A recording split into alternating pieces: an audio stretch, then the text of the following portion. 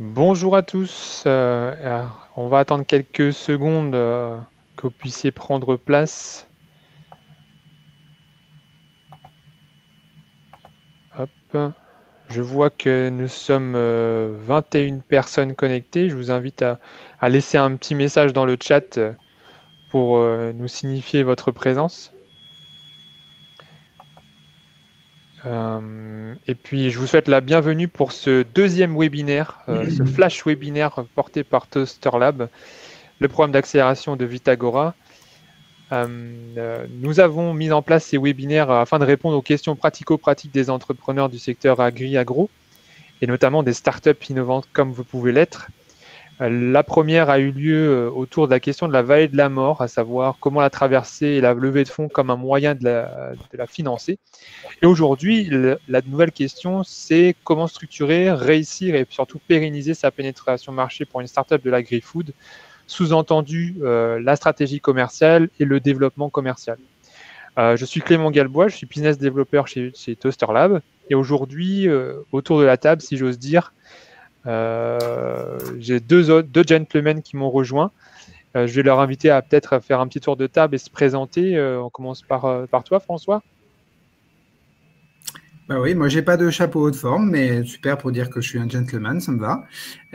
Bonjour à tous, donc moi je suis François Satin, moi j'accompagne les entreprises en termes de conseils sur la stratégie commerciale, les éléments marketing et communication des entreprises, plus directement dans le domaine de l'agroalimentaire au sens large du terme, donc bah, forcément avec des exceptions particulières, que ce soit sur la restauration collective, sur la restauration commerciale, en fonction des besoins des entreprises, qu'elles soient start-up ou plus grandes, et donc à différentes phases effectivement de leur existence, soit très tôt, en faisant notamment du mentorat au sein de Toaster Lab, au sein de Smart Food Paris, au sein également d'AgroAlia. Et puis bah, ensuite, évidemment, des plus importantes ou plus anciennes entreprises sur des problématiques souvent de repositionnement commercial. Très bien, merci. Et nous accueillons le nouvel gentleman, donc au troisième autour de cette table aujourd'hui, Nicolas. Merci Clément. Alors, tu aurais pu dire presque gentleman farmer, j'espère un jour, puisque bah, nous, on a créé un modèle donc, autour du sarrasin. On a une vision autour du sarrasin, notre sarrasin chéri qui a des nombreuses qualités nutritionnelles et environnementales. Et pour cela, on a recréé une filière de production de sarrasin en France. C'est une relocalisation, puisqu'on a vite compris qu'en fait, la plupart, les 2/3, pour être concret, du sarrasin consommé en France vient de l'étranger. Très bien, c'est tout un programme. Donc aujourd'hui, on va pouvoir échanger et vous allez pouvoir bénéficier du retour d'expérience de l'atelier Sarrasin et de l'expertise de François. Et surtout, vous avez l'occasion d'échanger et poser vos questions à nos deux intervenants. Donc je vous invite à ne pas hésiter à utiliser le chat pour poser vos questions, voire sur l'onglet questions qu'il y a sur votre droite. Et on va tout de suite embrayer pour que ce soit le plus efficient possible avec des éléments que tu voulais aborder, Nicolas. Du coup, la scène est à toi et puis on reprendra la parole un peu après. Voilà, tu me fais un grand coucou quand tu veux plus m'entendre. Donc, ben, je vous disais qu'on avait créé une marque qui s'appelle Atelier Sarrasin.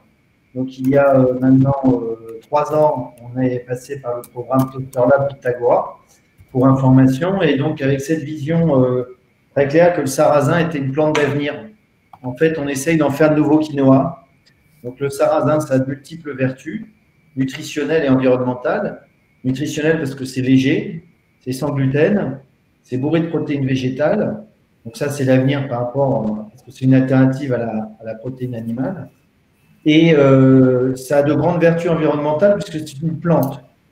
Ce n'est pas une céréale. Et qui dit plante dit fleur, et qui dit fleur dit abeille. Donc, on a un fort pouvoir de pollinisation grâce au sarrasin de nos territoires. Et donc, tout l'enjeu pour nous, avant de créer des gammes et de les distribuer, ça a été de recréer la filière Sarrasin France.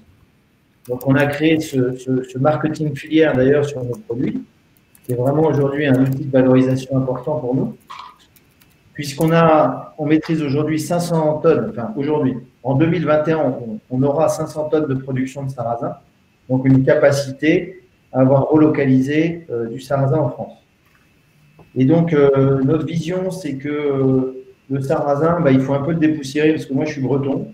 Donc, j'ai grandi en mangeant 3 fois par semaine des galettes traditionnelles bretonnes. Et on s'est dit qu'il fallait dépoussiérer un petit peu l'usage. Donc, proposer des produits sous multiples formes pour tous les moments de la journée.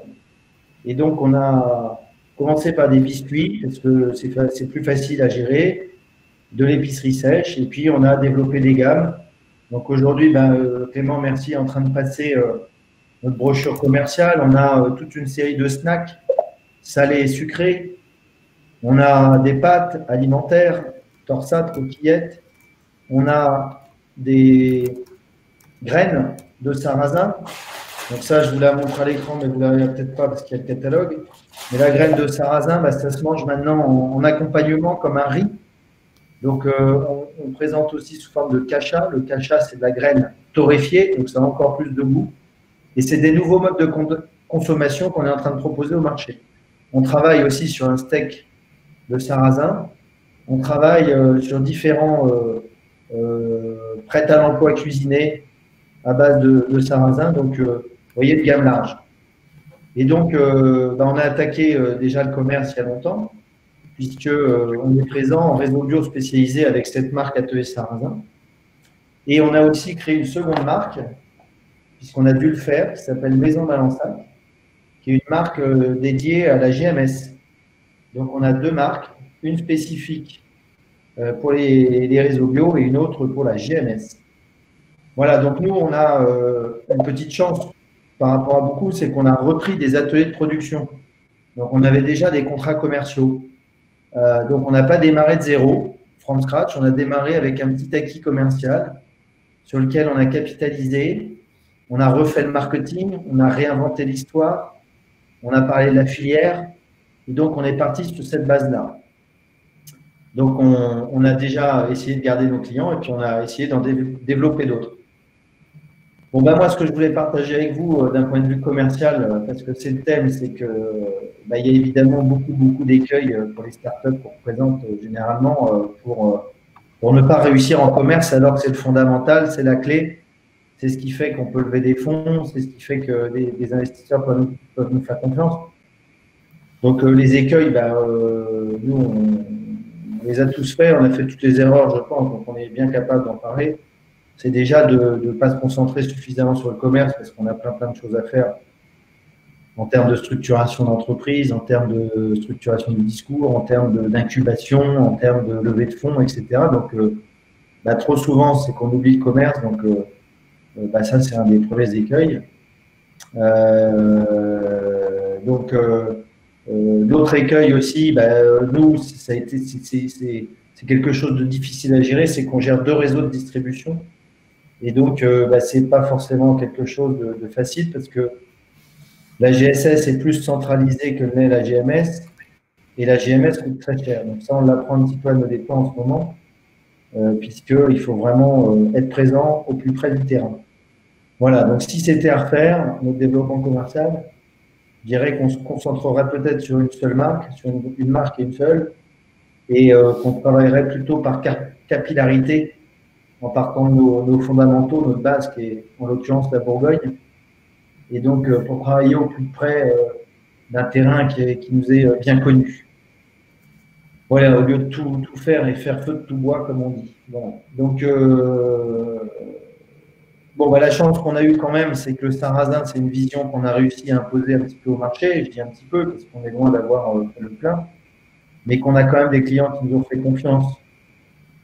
Chez Biocoop, chez Naturalia, chez Biocébon, donc chez les grands acteurs du réseau bio, et que si on n'est pas satisfait de nos pénétrations ou nos présences en magasin, on est quand même présent. Et ça nous a quand même créé une dynamique qui nous a permis de lever des fonds. Et donc aujourd'hui, de structurer un petit peu mieux notre organisation commerciale, notamment, en structurant un back-office commercial et une direction commerciale. Donc, pour nous, ce que je vous dis, ça date d'il y a 15 jours, donc c'est vraiment tout neuf. Et on va s'appliquer aujourd'hui à montrer de l'accélération parce qu'on va avoir les moyens de nos ambitions commerciales. Donc, c'est une belle aventure, une nouvelle page qui se tourne en 2021. On espère voir s'éloigner en plus du Covid, donc reprofiter d'une embellie et une frénésie, même je dirais, de consommation, et de consommation saine et durable, avec quand même un impact consommateur qui est une prise de conscience assez fantastique sur nos terrains de jeu de la durabilité, à savoir pour nous la biodiversité, la pollinisation, le Made in France, les agriculteurs, la valorisation de leur travail, etc., etc.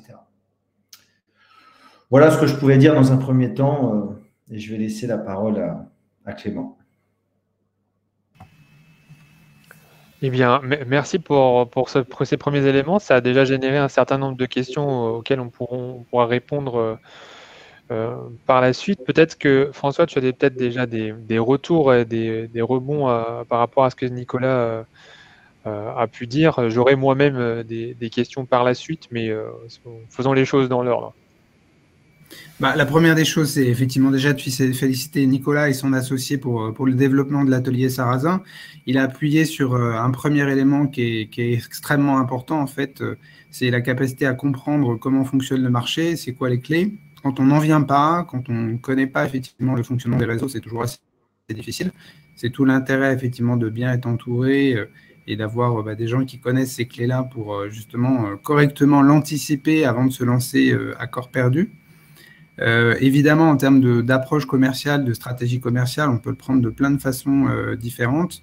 Moi, j'avais envie aujourd'hui de parler d'un premier élément, qui est celui du potentiel d'affaires, qui finalement permet quand même, tout au début, quand on commence à réfléchir effectivement à un produit ou un service, d'être en capacité de se dire finalement où je vais, vers quoi je vais, pour avoir en fait une bonne vision sur ce que peut être mon marché demain. Donc là, je vous ai remis en fait quelques éléments qui parfois peuvent paraître assez basiques, mais je l'ai déjà constaté sur le terrain plusieurs fois, qui des fois en fait déstabilisent certains entrepreneurs qui n'ont pas pris le temps de se poser véritablement pour appréhender le potentiel commercial. Et donc, l'objectif, c'est de comprendre effectivement de quoi on est en train de parler et que certains marchés, en fait, ne sont pas accessibles ou ils n'ont pas, en tout cas, les tailles escomptées par rapport à ce qu'on imagine. Et donc, par exemple, d'être en capacité, évidemment, de bien appréhender la situation concurrentielle ou comprendre aussi les éléments de zone de chalandise et de périmètre, on va dire, géographique par rapport à ce qu'on vend. Mais aussi de définir les éléments de fréquence d'achat. Quand on a des produits qui ont une fréquence d'achat relativement faible, si je prends un ordinateur, il est assez rare de le changer tous les 3 mois. Par contre, du café, il est assez rare d'en acheter que tous les 3 mois. Donc, c'est aussi important de comprendre dans des gammes de produits, par exemple, quand on parle d'alimentaire, de comprendre finalement dans quoi on se situe aujourd'hui. Et pour vous donner une anecdote, j'ai accompagné il y a 2 ans une entreprise qui était dans la distribution de plateaux repas pour les entreprises, comme l'est Charlotte avec Prune, par exemple, mais avec une autre offre. Et quand j'ai commencé à les accompagner, la toute première fois où je les ai rencontrés, je leur ai demandé c'était quoi leur potentiel d'affaires. Et là, je me suis retrouvé face à des gens qui me prenaient un peu pour un ovni en me demandant ça. Je leur ai dit, c'est très simple, j'ai juste besoin de savoir c'est quoi votre zone de chalandise, c'est quoi votre capacité d'aller effectivement sur le marché, donc de comprendre combien vous pouvez avoir, quel est le chiffre d'affaires que vous pourriez développer en étant juste conscient de ce que vous êtes capable de faire. Donc, on a fait un truc très simple. Ils avaient un produit où ils estimaient qu'ils pouvaient réussir à convaincre une dizaine de personnes de manger tous les jours grâce à eux, sur une zone de chalandise à peu près à 50 km de leur point central. Et je leur ai dit, voilà, c'est quoi les entreprises qui correspondent effectivement à la cible que vous visez? Parce que ce qui m'importe, c'est de comprendre s'il peut y avoir une viabilité économique. Donc déjà, ils ne savaient pas effectivement ce que c'était les entreprises qui correspondaient à leur cible, ce qui est déjà une problématique numéro 1. Et puis finalement, très simplement, quand on a fait le calcul et que je leur ai dit, imaginons qu'ils soient tous clients, qui correspondent tous à ce que vous imaginez, est-ce que vous êtes rentable? Et cette simple question qui m'a pris 3 minutes a juste démontré que de toute façon, il n'y avait pas de viabilité économique pour eux. Voilà, donc on est juste au début de l'histoire, qui est vraiment celle effectivement du potentiel d'affaires, pour faire en sorte de se dire, est-ce que ça peut le faire? Parce que finalement, la viabilité d'une entreprise, elle est d'abord là, on peut avoir de la vocation, mais il faut quand même la traduire dans une réalité pleinement économique, même si on a effectivement des envies de révolutionner le monde ou en tout cas de lui apporter des valeurs supplémentaires comme le fait Nicolas avec l'atelier Sarrazin.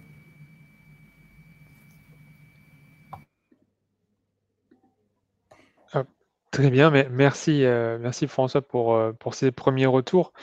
On va pouvoir initier un peu les réponses aux questions. Je vois que Nicolas, tu as initié ces réponses via l'exportation. Aujourd'hui, l'atelier Sarrazin exporte en Belgique, c'est ce que tu précises. Est-ce que vous exportez uniquement en Belgique? Est-ce qu'il y a éventuellement d'autres destinations qui sont en cours de prospection? Non, parce que c'est un choix clairement affirmé et mûri de ne pas nous développer pour l'instant international, parce qu'on a appris à nos dépens que ça coûte très très cher, qu'il y a la problématique de l'interculturel qui n'est pas si facile, et puis qu'il y a tant à faire sur le marché qui n'est pas encore fait, et puis on vend de la filière Sarrazin France, donc c'est quand même plus facile à vendre en France qu'en Allemagne. Voilà, on a un peu fait toutes les erreurs, on a essayé, les intermédiaires pour l'Espagne, l'Italie. On a même ouvert, on en rigolait l'autre jour avec mon associé Benoît, un compte FDA aux États-Unis. Voilà, qui nous a coûté 500 balles pour rien du tout, mais on a testé des trucs. Bon, on a décidé clairement de se concentrer. Ça coûte très cher.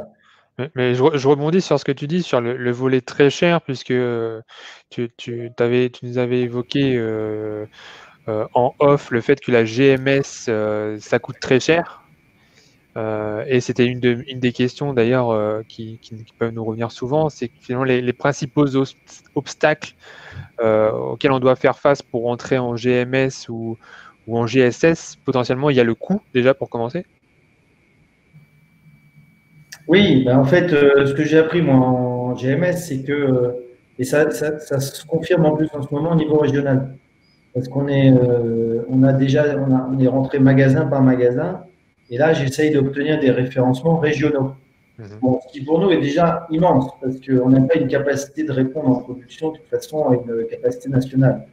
Donc on répond à du régional, et là c'est intéressant parce que le régional, au Grand Ouest, ou Grand Est, ou Sud-Est, nous ouvre un référencement groupé sur plusieurs de nos produits, et après c'est à nous d'aller magasin par magasin décliner ce référencement. Et c'est là où je dis que ça coûte très cher, parce que bah, évidemment c'est du commerce terrain. C'est passer une fois, c'est reprendre la commande, c'est revoir le chef de rayon, c'est retourner quand il n'est pas là, c'est repasser. Donc, en fait, c'est une structure de commerce local. Donc, bah, nous, pour les startups et les petits pois, c'est totalement improbable, en fait. Je comprends. Du coup, donc, il y a ce volet, ce volet coût. Est-ce qu'on parle souvent un peu des conflits, peut-être pas, c'est peut-être un mot un peu maladroit, mais des étincelles que ça peut faire entre la GMS et la GSS, les difficultés à pénétrer la GMS, le fait d'avoir une seule marque ou certaines enseignes qui refusent, si on est référencé ailleurs, on est obligé de créer une nouvelle marque. Et c'est une des questions qui est posée, qui est connectée à la première que je t'ai posée sur les difficultés. Est-ce que tu considères qu'il y a une forme d'hypocrisie entre une double marque? Est-ce que ce serait trahir les valeurs de l'entreprise que de se positionner sur deux marques pour atteindre deux canaux de distribution différents? Bah nous, pas du tout. La réponse est clairement, nous, c'est une complexité en plus. Bah nous, notre produit, notre marque, on veut qu'elle soit consommée par le plus grand nombre. Non, bah nous, on est très pragmatique. C'est les acheteurs qui nous ont dit, si vous sortez avec ça en GMS, on vous tue. Bon, ben voilà, c'est clairement une règle de marché qu'on applique bêtement. Parce qu'on en est là de notre développement et que et que la maturité, peut-être qu'on peut dire quand même que la maturité, pour répondre quand même à la question qui était posée tout à l'heure dans le chat, c'est que malheureusement, il n'y a pas de maturité sur le sujet et on est encore en fait dans une vision qui est nouvelle finalement de la GSS, qui a réussi à faire venir à elle de nouveaux entrepreneurs, des nouvelles propositions en fait alimentaires, et se dit qu'il y a une bonne carte à jouer à partir du moment où ces nouvelles propositions alimentaires en fait sont bien en phase avec le réseau de distribution et donc des valeurs de bio, de responsabilité, de développement durable, et donc sont très contents effectivement de les accueillir. Et quand ils les voient potentiellement glisser vers d'autres types de marchés, effectivement, ils voient un peu rouge parce qu'ils se disent on leur a donné la main au début quand ils étaient petits, et là maintenant ils ont des vocations qui sont un peu plus grandes.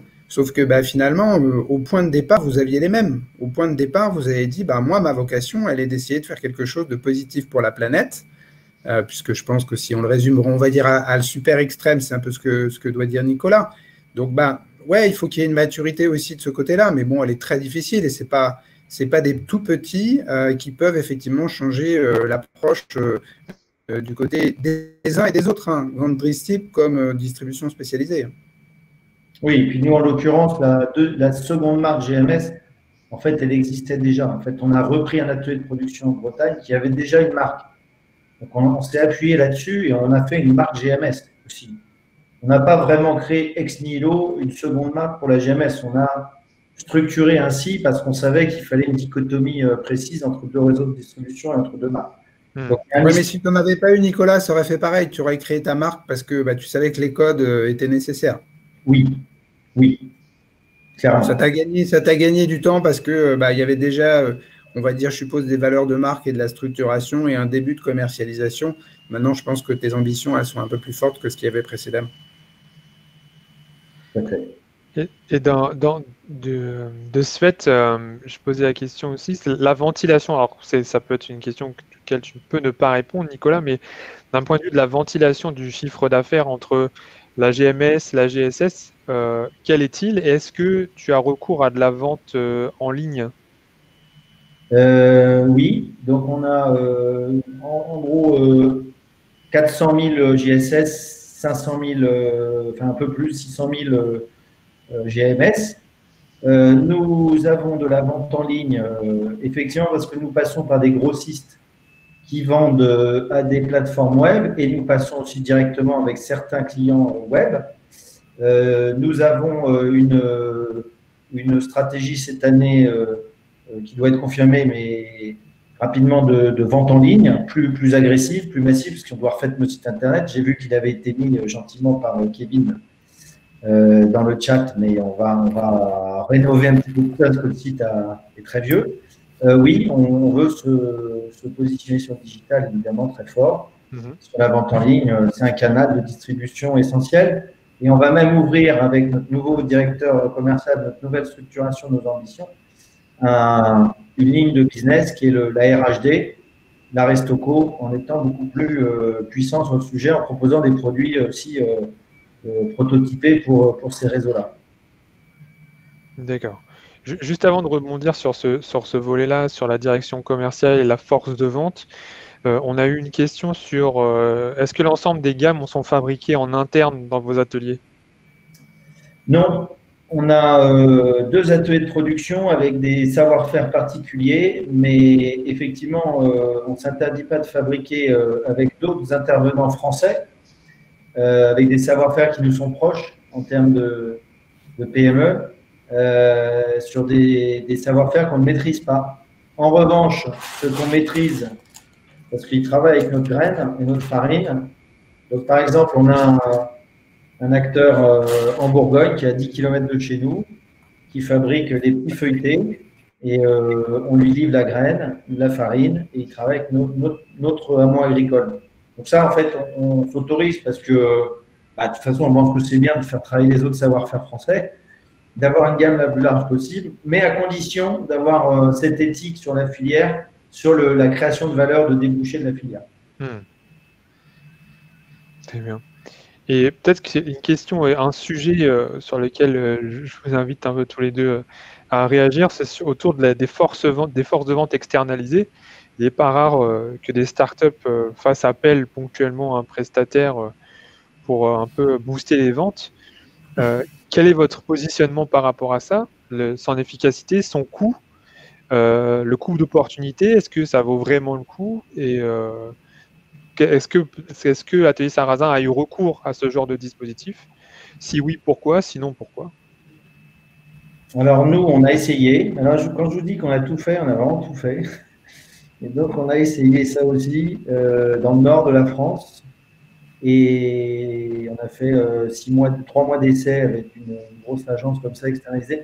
Bon, nous, ça n'a pas été une réussite pour plusieurs raisons. Ce n'est pas la boîte en question qui n'était pas bonne, hein, mais c'est que nous, on ne s'est pas concentré sur un suivi suffisamment précis, on n'a pas tenu en laisse suffisamment cette boîte, donc elle a été un peu livrée elle-même pour être vrai. Et pour de vrai, on n'avait pas une gamme très large non plus. Donc, on n'était pas suffisamment prêt au niveau produit et gamme. Donc en fait, on a été un peu trop vite en besogne. Et puis, c'est des coûts. Puis, troisième chose, c'est des coûts fantastiques. En fait, voilà, franchement, il faut quand même être balèze pour commencer à mettre des forces externalisées. Je pense, bon, pour moi, avant des dizaines de millions d'euros de chiffre d'affaires, il ne faut pas aller là-dessus, quoi. Mais voilà, c'est mon ressenti. Hein, je peux me tromper, évidemment. Oui, moi je rebondirais en fait sur ce qu'a dit un peu en introduction Nicolas tout à l'heure. C'est le sujet de la concentration en fait des efforts.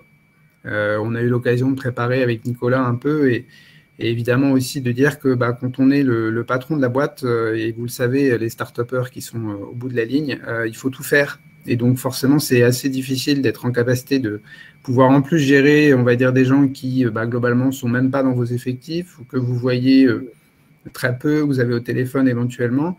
Et puis en fait, avec la bonne ligne directrice. C'est-à-dire qu'il faut déjà avoir une certaine maturité pour être en capacité de faire de l'élevage, j'oserais dire, de l'élevage par rapport à l'augmentation effectivement de la DV.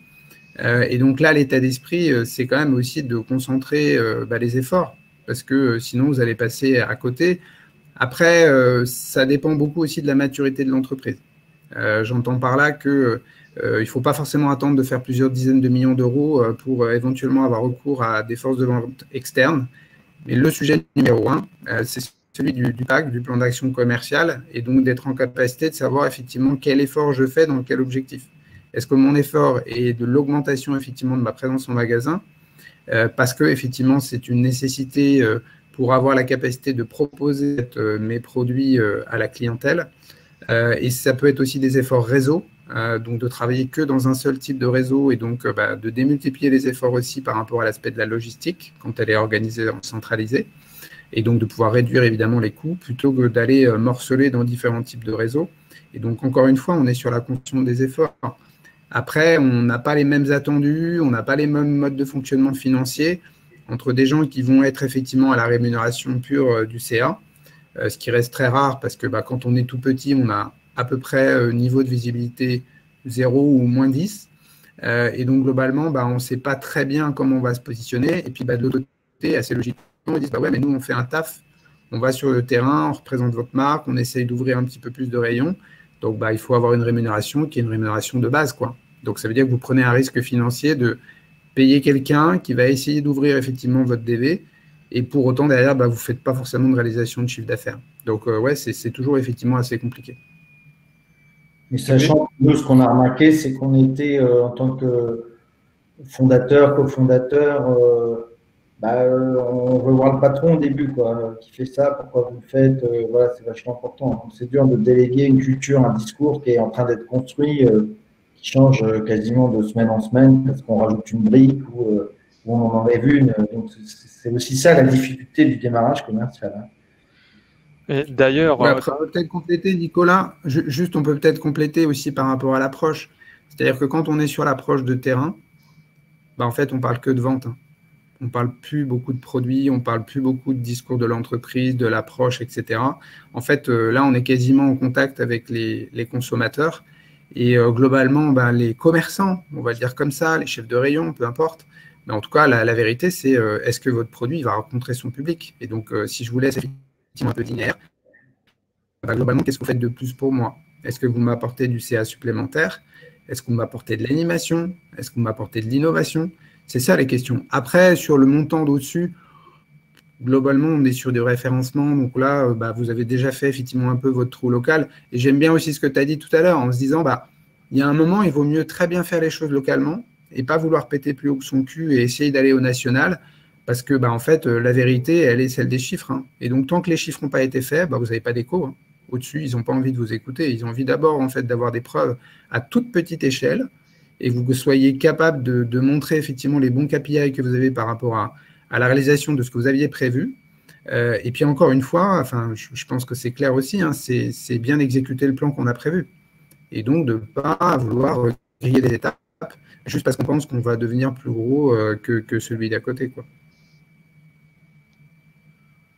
Et tout à l'heure, tu as évoqué un élément, Nicolas, en parlant de cette transmission des éléments de langage et tout ça, donc ce qui est inévitable lors de la structuration d'une équipe commerciale. Tu as évoqué le fait de l'arrivée d'un nouveau directeur commercial chez Atelier Sarrazin. Jusque-là, l'équipe commerciale était composée de qui? Comment vous fonctionnez et en quoi tu anticipes cette arrivée comme un élément accélérateur finalement des ventes? Oui, ben donc moi j'ai un associé qui est Benoît, donc on est deux dans l'aventure, donc on s'est répartis à moi la marque GMS, à toi la marque Réseau Bio. C'est comme ça qu'on a avancé, avec cette difficulté de concentration qu'on a évoquée en début d'interview. C'est très dur d'être concentré parce qu'en fait, le commerce, il faut en faire 5 jours sur 5. Il faut même faire 7 jours sur 7 tout le temps. Et donc, ben, nous, on arrive péniblement à se dégager un jour et demi. Parce qu'il y a toujours un truc plus important à faire, ne serait-ce que de lever des fonds. Là, on a fait une nouvelle levée de fonds. Bon, ben, on s'est épuisé à ça. Ben, quand on s'épuise à lever des fonds, ben, on ne s'occupe pas du commerce. On s'occupe de la filière, on s'occupe de nos ateliers, on s'occupe de la marque, on s'occupe de Vitagora, qui s'occupe bien de nous par ailleurs. On s'occupe de tout, en fait. Et donc, sauf de ce qu'il faudrait, le commerce en permanence. Mais c'est normal aussi, parce qu'il faut aussi s'occuper de l'innovation et de la R&D, qui est un point clé dans l'entreprise quand on est une start-up, c'est 30% de notre temps. Voilà. Et donc, ben, souvent, le commerce est délaissé. Et donc là, ben, notre seconde levée de fonds va nous permettre effectivement de structurer. On a un directeur commercial qui arrive, qui lui va pouvoir gérer même des stagiaires, des alternants, même parce que la jeunesse, elle a une force énorme, c'est qu'elle a l'énergie, il faut lui apprendre. Le discours, elle connaît très bien parce qu'elle est imprégnée d'engagement RSE, elle est imprégnée de développement durable. Donc, elle a envie de défendre ses produits. Et on va se structurer en back-office aussi commercial, parce qu'un bon commercial, c'est un bon back-office, c'est un bon secrétariat administratif qui va gérer les clients, les relances, les demandes, la facturation. Et donc là, on est à cette étape de transition et d'accélération parce que ben, on sent qu'on va donner le meilleur de nous-mêmes. Moi, je pense que je suis le meilleur de moi-même quand je commence à parler de ma boîte et que je vais transmettre cette culture, cette idée, cette vision, à condition que je sois persuasif et qu'on y croit, et donner envie de se battre pour ce projet. Et ben, je pense que je vais être meilleur. Et puis moi, ben, je serai à la tête de gondole. Il va m'emmener à droite, à gauche pour raconter la filière, la vision, la protéine végétale, les nouveaux produits, l'innovation. Et en fait, on va tous donner le meilleur de nous-mêmes. Voilà. Et moi, j'avoue que je suis parfois en limite d'exercice avec des experts commerce qui soient chefs de rayon ou directeurs des achats régionaux. En fait, c'est pas mon expertise première, quoi. Donc, bah, c'est toujours pareil. C'est le bon bonhomme au bon endroit, la bonne expertise, le bon niveau. Voilà. Donc il y a des enjeux RH aussi derrière la pérennité de la stratégie de la pénétration de marché. Bah exactement. Il y a une grosse. Il n'est de richesse que d'hommes. De toute façon, c'est des experts, les bonnes volontés, les forces de travail, les expertises qui vont nous faire gagner. Hein. Et donc là, on était un peu, nous, en limite d'exercice. Et puis on s'use, hein, parce que le commerce, c'est très dur. Bon, il y a des gens, moi, que j'ai appelé 25, 30 fois. Ils ne veulent plus me voir, quoi. C'est fini. Ils ne décrochent même plus, ils ne me verront plus jamais, je les ai usés. Et bah, c'est bien que quelqu'un prenne le relais aussi. Hein. C'est toujours une capacité à se donner le relais hein, en commerce. Hein. Ouais, est-ce que Nicolas, quand tu dis on s'use, c'est aussi par rapport au fait d'affiner les éléments de la valeur de marque, ça c'est assez classique, mais c'est aussi par rapport à la qualité en fait de la proposition en termes de structuration financière par exemple, et donc de pouvoir être au clair sur la rémunération que ça va représenter effectivement pour le distributeur et les efforts que tu es capable de faire. Est-ce qu'avec le temps, ça s'est un peu affiné et donc c'est un peu plus clair pour les distributeurs? Bah oui, on a beaucoup, beaucoup progressé. Quand je dis qu'on a fait toutes les erreurs, au début, je ne savais même pas qu'un pourcentage, c'était un coefficient multiplicateur. Donc, en fait, on a appris quand même beaucoup, beaucoup de choses, quoi. Et donc, on ne parle pas le même langage avec les interlocuteurs parce que moi, il manquait beaucoup d'expertise, en tout cas en GMS. En réseau bio, ça va parce qu'on parle de bio avant de parler de coûts. En GMS, pas du tout. C'est très dur. Donc, même si il y a une volonté de bouger sur ces sujets filières, sur ces sujets bio, la réalité, c'est le prix au bout du bout, quoi. Donc, c'est très compliqué parce que c'est choc de culture. Et puis, on s'use parce qu'on n'est pas concentré à 100%. C'est toujours pareil, en fait. Bien faire quelque chose, c'est tellement fondamental. Donc, bien faire le commerce, c'est fondamental. On a un jeu d'expertise et de focus, en fait, sur la tâche, d'où le fait de recruter un spécialiste à son poste au bon moment et avec le profil idéal avec des objectifs clairs, j'imagine. Et une feuille de route, François nous l'a décrite tout à l'heure, c'est vrai qu'avant d'avoir une feuille de route, il faut une bonne stratégie. Mais nous, on en est dans cette maturité au bout de 3 ans d'exercice, qu'on est capable d'avoir une stratégie et on est capable de mettre en place une feuille de route. Franchement, il y a 1 an et demi, on n'était pas capable, on n'avait pas de gamme. On avait une filière en devenir, certes, mais qui n'était pas structurée. Des partenaires industriels pas forcément fiables, on en a changé, on a trouvé des nouveaux, etc. Bon, on est fort aujourd'hui, plus fort aujourd'hui qu'hier, évidemment, et moins que demain, j'espère. Mais en tout cas, on est capable lui, il est capable d'agréger de la donnée, d'agréger de l'expérience acquise chez nous pour la restituer avec son expertise, en fait. Ce qu'on n'était pas capable de faire il y a 1 an. Donc, il fallait bien qu'on le fasse. Parce qu'en fait, on était en phase d'apprentissage nous-mêmes. Et qu'est-ce que veut le marché? Et combien on peut vendre? Bon, là, on y est, quoi. C'est vrai que quand tu nous poses une question sur le prix, on dit c'est comme ça, et je vais t'expliquer pourquoi, Il dit ok, je fonce, quoi. Voilà.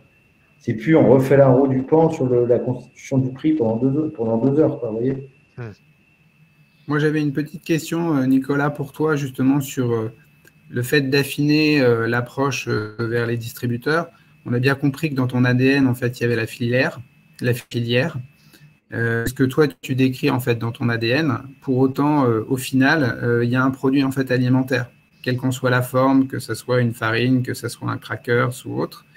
Est-ce qu'aujourd'hui, tu estimes que la part qui est liée au discours et donc à l'élément d'ADN qui est lié à la filière, pour le consommateur, a de la valeur et il le perçoit et tes retours conso te le disent, ou est-ce que ça a aussi de la valeur vis-à-vis des distributeurs où là, il n'y a pas la même sensibilité, peut-être GSS et GMS, et donc globalement, peut-être, c'est pas une critique, c'est juste une remarque et un questionnement, que tous les efforts que vous menez sur la filière, en fait, sont peut-être pas au même niveau que les efforts que tu fais sur le développement des produits, en termes de résultats et de perception.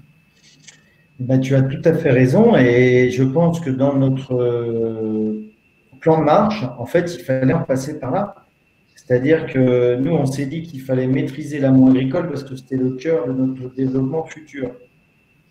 Parce qu'en fait, ma crédibilité, ma légitimité future, elle venait de cet amont agricole maîtrisé. Pour les questions de rémunération agricole, on voit bien le succès de ces patrons, qui marche plutôt bien, qui a compris ça. Et nous, on rajoute une pierre biodiversité, pollinisation, mellifères, plantes mellifères, et découverte d'une nouvelle alternative végétale dans le cœur du repas des Français. Voilà, c'est le triptyque un peu stratégique. Donc, il a fallu qu'on passe par là. Donc, c'est vrai qu'en fait, on n'était pas concentré avant, totalement à 100%, mais il faut bien avouer aussi qu'on avait d'autres chats à fouetter avant de vendre totalement et d'avoir les reins solides, la filière solide. Donc, on est passé, il faut savoir d'où on a fait 2 tonnes de production de sarrasin en 2017. On va faire 420 tonnes, a priori, cette année. Bon, 420 tonnes, c'est déjà un marché parce que c'est 1 000 € la tonne, 420 000 €, plus nous débouchés et tout. Vous voyez, on est en train de créer une valeur d'environ, là, j'estime, entre 12 et 15 millions d'euros à partir de la filière en termes de débouchés, de première transformation, de seconde transformation, distribution. Et donc, tout ça, c'est des step by step, c'est des étapes. La grande difficulté, c'est au niveau de la levée des fonds. Parce que nous, on est sur le temps agricole, alors que la levée de fonds, elle est sur le temps de la finance. Et donc, intégrer le long terme comme ça dans le court terme, c'est extrêmement complexe en termes d'appréciation des financiers. Mais ils sont comme tout le monde, ils vivent le Covid, ils vivent la crise de 2008. Donc, en fait, tout le monde se rend compte que ça va plutôt dans le bon sens et qu'il faut laisser du temps au temps. Et c'est pour ça qu'on est plutôt proche de fonds à impact ou de business angel à impact, effectivement, que de fonds tech ou voilà, avec des courbes en J absolument incroyables. C'est intéressant. Qui n'ont d'incroyable que la courbe. Voilà. C'est intéressant que tu évoques ces typologies d'investisseurs, puisqu'on a Patrick Guiouzik qui pose cette question-là. Combien est-ce que vous avez levé et, si possible, savoir auprès de qui? Ou du moins, au moins en termes de typologie de financeurs. Non, alors on a fait une première et une deuxième levée qui se confondent un peu parce que c'est auprès des mêmes business angels. Donc pour l'instant, on est au niveau des business angels, voilà, avec des gens qui nous suivent depuis longtemps et qui nous refont confiance parce qu'on avait besoin d'un petit bridge, en fait, concrètement. Un bridge Covid. On peut dire le bridge Covid. Moi, je disais l'impôt Covid. Mais voilà, donc on fait un bridge, mais surtout, on a réussi à faire aussi du Mimosa. Donc, avec une levée de fonds par l'intermédiaire de Mimosa, qui est la plateforme de crowdfunding agricole. Donc, on a levé 300 000 € avec eux. Et également auprès de l'agence bio. Alors, ce n'est pas de la levée de fonds en tant que telle.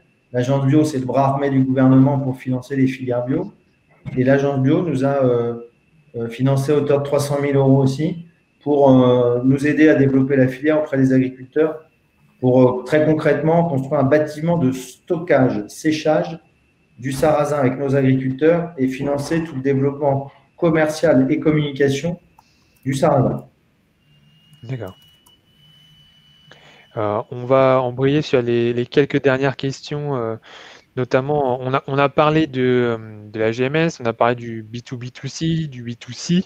Est-ce qu'il y a une stratégie autour du B2B chez Atelier Sarrazin? Oui, bah, ça va être la grande nouveauté l'année prochaine, parce que comme on commence à maîtriser de la matière et de l'ingrédient, on ouvre effectivement une ligne de business B2B. Donc, ça veut dire qu'on va, comme on va capitaliser sur un volume de matière important, en fait, la stratégie commerciale qu'il y a derrière, c'est de se dire qu'on n'est pas forcément les seuls à mettre en avant et en lumière le sarrasin et à créer de la valeur dessus en France. On pourrait être aidé par d'autres industriels, d'autres marques, à une seule condition, c'est que notre sarrasin, on puisse le revendre et le valoriser auprès de ces marques-là. Je ne sais pas si j'ai été clair. Oui, ça a été entièrement clair. Et est-ce que pour clôturer ce webinaire, vous avez un dernier conseil, une dernière clé que vous voudriez partager aux personnes qui sont avec nous? C'est de ne pas écouter les conseils des autres, déjà. C'est dommage, parce qu'ils avaient 42 minutes à écouter vos conseils, quand même. Oui, mais bon, en fait, c'est que des… Oui, c'est important d'écouter l'expérience, mais c'est de piocher à droite à gauche. Non, non, moi, le gros conseil que je donne, c'est… en fait, nous, si on tient, parce que on a… Tout à l'heure, l'expression la vallée de la mort, c'est intéressant, la vallée de la mort financière, mais la vallée de la mort commerciale, la vallée de la mort marketing, la vallée de la mort, elle vaut pour tout dans les startups. Et donc, nous, ce qui nous fait quand même traverser la vallée de la mort, je crois que c'est quand même notre vision stratégique. C'est-à-dire qu'à un moment, le sarrasin, on a, je pense, dedans un potentiel stratégique fort. C'est-à-dire que ce n'est pas un potentiel tactique, c'est un potentiel stratégique.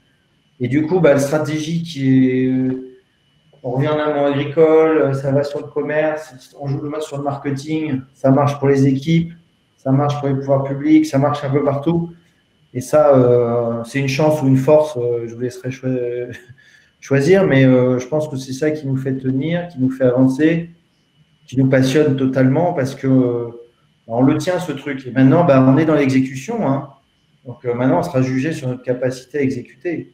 Du coup, les deux conseils seraient avoir l'esprit critique et savoir piocher au bon endroit pour faire correspondre avec son témoignage et se focaliser sur sa propre valeur ajoutée et en avoir bien conscience.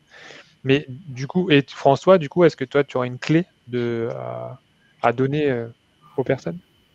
En fait, on le voit bien dans l'expérience de Nicolas, et il le dit avec beaucoup d'humilité. On a fait plein de choses, il y a des trucs où on s'est trompé, il y en a d'autres qui nous ont fait réellement progresser. Moi, la clé que j'aurais envie de donner, c'est ça, c'est d'être capable de prendre les 5, 10, 15, 20 minutes, 30 minutes, 1 heure de recul régulièrement. Et quand je dis régulièrement, c'est toutes les semaines ou tous les 15 jours pour regarder où on en est par rapport effectivement à ce qu'on avait souhaité faire et comment on exécute. Et c'est toute la difficulté d'un entrepreneur qui a 12 milliards de trucs à faire. Et malheureusement, souvent, en fait, le commercial est le parent pauvre de l'histoire.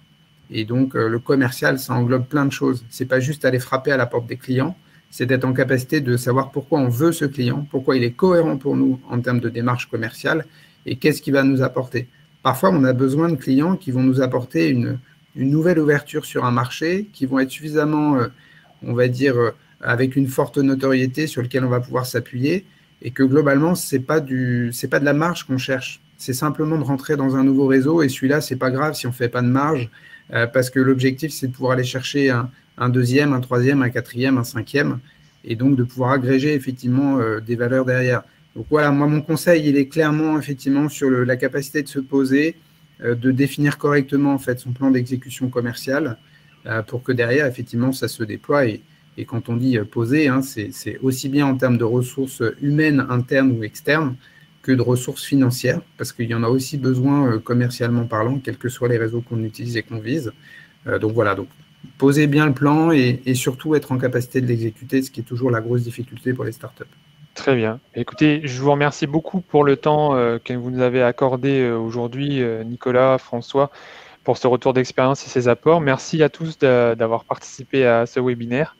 Nous organisons un troisième webinaire qui est là plus à votre destination, vous, startup, pour avoir votre ressenti par rapport au programme d'accélération qui supporte ce webinaire notamment. Où on donne la parole aux startups qui sont passées par le programme afin de répondre à vos questions, qui aura lieu la semaine prochaine. Et nous vous annonçons également que la clôture de l'appel à candidature pour le programme s'achève lundi prochain, donc le 25 janvier. Et vous pouvez aller regarder et obtenir un certain nombre d'informations et candidater sur le site toasterlab.vitagora.com. Je vous remercie et je souhaite une agréable après-midi. Merci, à bientôt. Merci à tous. À bientôt. Merci Kevin. Au revoir. Merci François.